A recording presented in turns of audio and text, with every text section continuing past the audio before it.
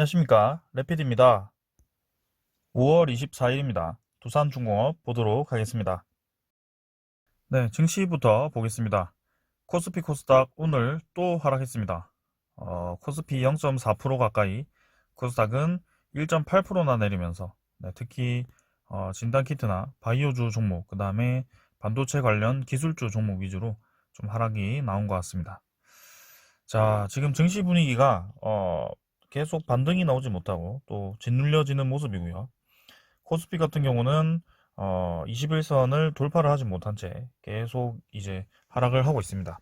그래서 아직까지는 61선 위에서 자리를 좀 잡고 이 주가를 형성을 하고 있는데, 확실히 테이퍼링 가능성에 대해서 좀 얘기가 나오다 보니까 웬만큼 외국인 투자자가, 네, 매수를 하지 않는 것 같습니다. 그래서 계속 이 외국인 투자자 매물이 나오면서 코스피가 눌려지는 것 같고요. 지금 벌써 한두 셋, 넷, 다섯, 여섯, 일곱, 여덟, 9일 연속, 네, 매도가 나왔고요. 금액만 하더라도 사실 4월 말부터 하면 10조 이상 좀 잡힐 것 같습니다. 그래서 그 기관이 방어를 좀 해줘야 되는데, 한 번씩 이렇게 들어오긴 합니다만 외국인 매물을 다 받아주진 않고요. 그 받아주는 주체는 개인이죠. 그래서 주가가 상당히 좋지 않게 진행이 되고 있다. 확실히 이제 테이퍼링 언급으로 힘이 좀 빠지고 있는 모습이고요. 이전에 올라갈 때랑은 다르죠. 지금 이때 올라갈 때는 반도체, 그 다음에 2차전지, 자동차가 모두 급등을 하면서 올라갔는데요. 이제는 그게 다 고점 위치에 좀 위치를 하고 있고, 사실 한 파동 더 올라갈 수도 있다라고 저는 생각을 하고 있지만, 쉽지 않게 수급이 이렇게 외국인이 이탈을 하고 있습니다. 자, 이 이탈은 저는 6월 이 옵션 만기일까지 계속 이런 추세가 이어질 가능성이 높다라고 생각하고요. 그 이후에 다시 한번 외국인이 매수로 전환을 한다면 한번 힘을 받을 그런 생각이 듭니다. 코스닥은 매우 좋지 않게 진행이 되고 있고요. 반등을 하지 못한 채 흘러내리고 있습니다. 그래서 고점을 점점 낮춰가면서 하락하고 있다는 점은 상당히 좋지 않다라고 생각이 되고요. 지금 저점도 계속 낮춰가고 있기 때문에 오늘도 꼬리 없는 음봉이 나왔습니다. 그래서 내일도 추가 하락이 나올 수도 있다. 하락을 더 한다면 이제는 이제 121선 완벽하게 하락 돌파를 해버렸기 때문에 좀 더 크게 하락을 할 수도 있습니다. 그래서 지금은 코스닥은 조금 위태위태하기 때문에 코스닥에 신규 투자하기보다는 조금 지켜보시는 것이 좋아 보입니다. 코스닥 지수 자체가 지금 여차하면 크게 내릴 수도 있기 때문에요. 좀 조심해야 될 것 같습니다. 사실 오늘 이 수급을 보았을 때는 막 크게 이탈한 세력은 없었는데, 이렇게 크게 이탈한 세력 없이도 주가가 흘러내린다는 것은 상당히 좋지 않아 보이네요.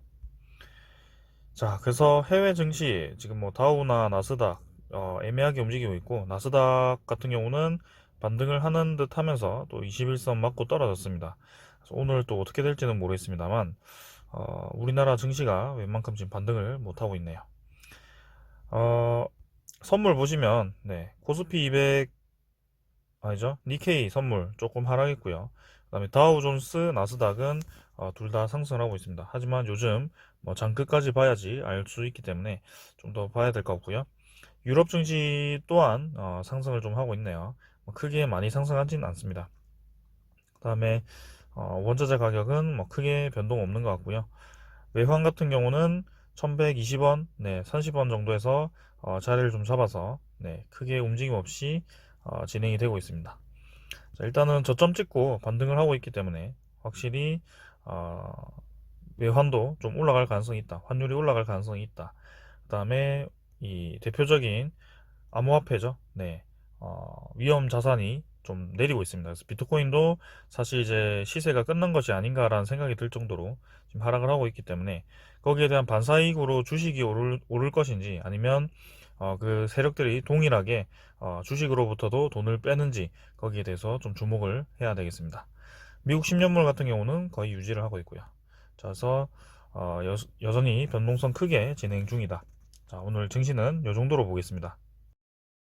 네, 두산중공업 보겠습니다. 650원 올라서 14,550원 마무리했습니다. 14,000원을 단숨에 돌파했고요. 오늘 아침에 시작하자마자 바로 15,000원까지 찍으면서 좀 설레게 만들었지만 아쉽게도 15,000원의 저항선은 컸습니다. 그래서 저항을 맞고 이제 조금 떨어지긴 했습니다만 그래도 4, 5% 상승했고요. 시간에는 약간 떨어졌지만 두산중공업이 그래도 하락을 이겨내고 바로 이제 U자로 반등을 해버렸고요. 이렇게 급하게 올라갈 줄 저도 생각을 좀 못했는데 다행히 바로 반등을 했습니다. 그래서 거기에 대한 좋은 소식이 있었고 오늘은 이제 거래량이 어제보다 엊그제보다 더 많이 터졌죠. 그래서 1,400만 주 정도 터졌습니다. 아쉬운 점은 이제 음봉이 떠서 좀 아쉽긴 합니다만 제가 이제 선을 좀 그어놨었죠. 그래서 그 선 근처에서 저항선 근처에서 또 저항을 맞은 것 같고요. 최근에 이렇게 요 정도 14,000원 후반대에서 15,000원 정도가 딱 저항선 구간이었습니다. 그래서 그 저항을 뚫기가 한 번에 뚫기는 좀 어려워 보이고요. 지금 그래서 오늘 조정을 좀 받은 것 같습니다. 자, 그래서 본격적인 이제 외국인 매물이 좀 외국인 수급이 들어와야지 힘을 받으면서 확 올라갈 것 같은데 일단 오늘 투자자를 보시면 기관과 외국인이 매도를 좀 했습니다. 그래서 주가는 이틀 뭐 거의 3일 동안 급등을 좀 했지만 수급은 별로 형편이 없죠. 그래서 외국인이 37만 주, 기관이 13만 주 매도하면서 투신과 연기금을 제외하고는 기타 법인도 매수했지만 뭐 다 매도를 했네요. 자, 사모펀드가 또 매도를 좀 했고요. 연기금은 꾸준히 두산중공업을 모아가는 모습입니다. 그래서 또 좋은 소식이 또 나왔기 때문에 연기금은 저는 계속 매수해 나갈 것 같고요. 지분율을 지금 이제 5% 정도까지 일단 올릴 것 같습니다. 저번에 좀 계산했을 때 한 3%대였는데요. 지금 그 전보다 좀 많이 매수를 했기 때문에 또 조금 올랐을 것 같아요. 자, 그래서 외국인이 지금 계속 매도를 하고 있다. 이렇게 수급은 보겠습니다. 주봉이나 뭐 월봉상으로는 주봉도 이제 제가 선을 그어놨죠. 이 정도에서 이제 저항을 좀 받은 것 같고요. 이 중턱 라인이 사실 여러 번 터치를 했고 매물대가 많기 때문에 조금은 뚫기 어려웠다. 그래서 오늘 1,400만 주가 터지면서 오랜만에 거래량이 힘이 좀 실렸지만 한 번에 올라가기에는 조금 부담감이 있었다라고 보여지고요.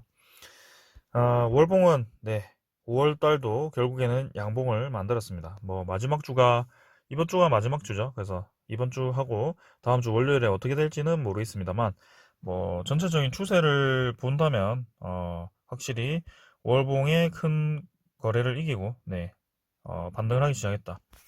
제가 일목 균형표를 좀 껐네요. 잠시만요. 다시 키겠습니다. 그렇게 본다면 이제 음운구름대를 돌파를 시작하고 있습니다. 그래서 16,000원 정도를 이겨내고 이번 달에 이겨내고 올라간다면 충분히 치고 나갈 수 있다. 그렇게 보입니다. 자, 두산중공업 이제는 15,000원, 16,000원대를 좀 돌파를 해야 될 것 같고요. 17,000원대는 반드시 돌파할 것으로 생각됩니다. 자, 이 정도로 보고 오늘 공매도 잔고 보겠습니다. 두산중공업의 공매도 잔고. 역시나 이제 월요일 기준이죠. 오늘 기준으로 해서 이틀 전 데이터를 보면 잔고가 450만 주입니다. 490만 주에서 450만 주로 약 40만 주가 감소를 했고요. 이날은 이제 실제로 급등을 했던 날입니다.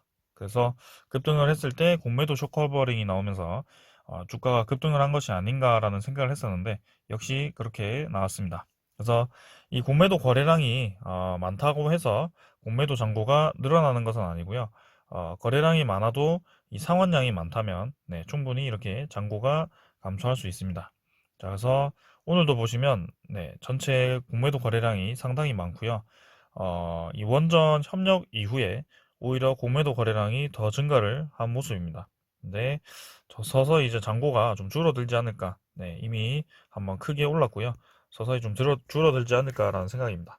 오늘도 또한 뭐 공매도장 이 쇼커버링이 나오면서 주가를 좀 상승시킨 게 아닌가 싶은데 그래도 여전히 그 저항선은 뚫기는 어려웠습니다. 자, 요즘 공매도 잔고는 요렇게 보고요. 대차 잔고 한번 볼까요? 대차 잔고랑 실제로 이제 외국인이 어떻게 매수 매도를 했는지 보겠습니다.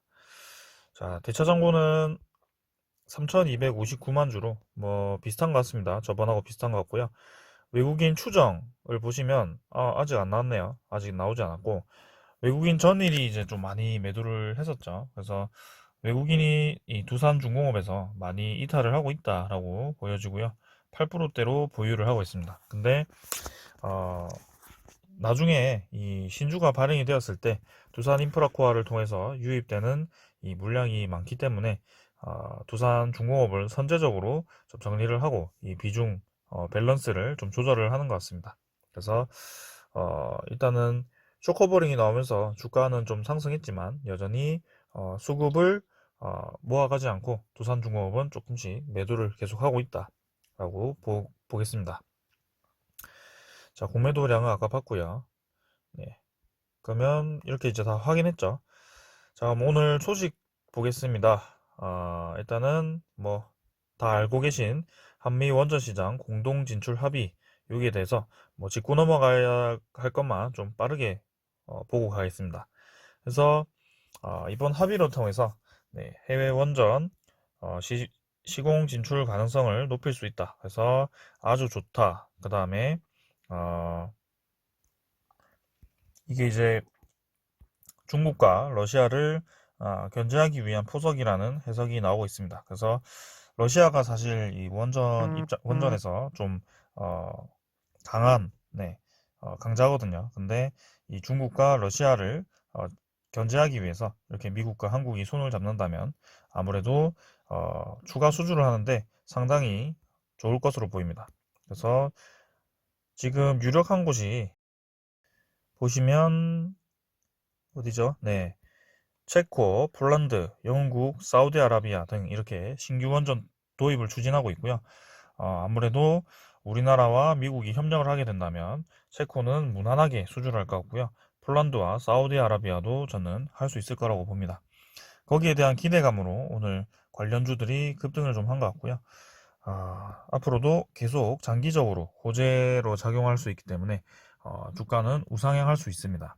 자, 그 다음에 지금 현재 원전 수주뿐만이 아니고 미래의 이 소형 모듈 원자로죠. SMR에도 양국 간 기술 협력을 추진을 한다고 합니다. 그래서 두산중공업은 SMR을 개발하고 있는 미국 뉴스케일 사와 전략적 협력 관계를 맺고 국내 투자사들과 4,400만 달러를 지분을 투자를 했습니다. 그래서 미국 및 세계 원전 시장의 소형 원전 사업에서 핵심 기자재인 주기기를 공급할 예정이라고 하고요. 이건 뭐 다 아는 소식이었고, 그래서 핵심은 추가 원전 수주를 할 가능성이 상당히 원래도 좀 높았지만 지금 뭐 거의 확정적으로 그렇게 증가를 했다. 그 다음에 미래 기술까지 SMR 기술까지 추가로 공유를 하면서 미국이 지금 SMR에 투자를 많이 하는데요. 거기에 대한 수혜를 볼 수 있다. 두산중공업이 지금 계속 좋은 소식이 들리고 있습니다. 자, 오늘은 서부발전, 두산중공업과 가스터빈 제어 시스템 국산화 이렇게 이제 시스템 자체를 국산화하려고 MOU를 맺은 것 같아요. 그래서 한국서부발전은 서울발전공기업 협력본부에서 두산중공업과 가스터빈 주 제어 시스템인 국산화 연구개발을 위한 협력을 맺었다. 그래서 자, 이제 시스템까지 두산중공업이 좀 투자를 하는 것 같습니다. 그래서 국산화를 위해서 노력을 하는 것 같고 가스터빈이 이미 국산화를 위해서 지금 개발을 했고 거기에 대한 실증 작업만 남기고 있는데요. 그 가스터빈을 돌리는 이 프로그램마저도 시스템마저도 국산화를 진행을 하고 있습니다. 자, 그래서 우리나라에 정말 없어서는 안 될 기업으로 지금 성장을 하고 있고요. 반도체, 뭐 자동차, 바이오 다 중요하지만 나라가 돌아가기 위해서는 이 에너지 발전 시스템이 굉장히 중요합니다. 그래서 거기에 최근에 주목을 많이 받고 있죠. 이 기후 환경 쪽으로 해서 친환경 에너지 쪽으로 이 흐름이 전환되다 보니까 두산중공업이 제2의 전성기를 맞이할 수 있는 그런 기회가 온 것 같습니다. 그래서 체질 개선을 이미 다 한 것 같고요. 올해 하반기부터 내년까지 좀 전성기를 위한 발판, 가시화, 매출 가시화가 좀 이루어질 것 같습니다. 자, 그래서 뭐 7월 21일이 신주 상장일이고요. 그 전후로 해서 주가가 조금 변동성 있게 움직일 수도 있을 것 같아요. 근데 우리의 목표가는 2만 원, 3만 원, 이게 그 이상일 수도 있기 때문에 지금 뭐 이렇게 왔다 갔다 하는 것으로는 부족합니다. 그래서 크게 신경 쓰지 않고 이 눌림목이 나올 때마다 두산중공업은 모아 가시는 것도 좋고요. 아니면 지금 그냥 잊어버린 채로 한참 뒤에 열어보셔도 좋을 것 같습니다. 자, 그래서 오늘은 이 정도로 마치겠고요. 분명히 말씀드리지만 두산중공업은 단기로 접근하시면 굉장히 재미없을 수도 있고 참 어려울 수 있는 종목입니다. 근데 좀 장기로 접근을 하신다면 그 기업에 대한 이 미래 가치가 좀 보이고요. 그래서 거기에 맞는 이 움직임이 서서히 이제 월봉 관점으로 보시면 움직이고 있기 때문에 계속해서 그렇게 보시고 대응하시면 되겠습니다. 자, 오늘은 이 정도로 마치겠고요. 두산중업 내일은 어떻게 될지 모르겠습니다. 내일은 상승을 할지 최근에 이제 상승을 좀 급등을 해가지고 조금 조정을 받을 수도 있을 것 같긴 한데요. 이 외국인의 공매도 움직임이 무슨 의도인지 모르겠습니다. 신주 상장과 함께 그 신주 상장을 통해서 공매도 상환을 진행을 할 것인지 아니면 지금 바로 쇼커버링을 진행을 해서 공매도를 상환을 해서 주가를 올리는 것인지 일단은 둘 중 하나라도 둘 중 아무거나 진행이 되어도 두산중업은 뭐 크게 흔들림 없이 진행될 거라고 봅니다. 자, 그래서 내일도 좋은 장 기대하면서 오늘 여기까지 하겠습니다. 마치겠습니다. 감사합니다.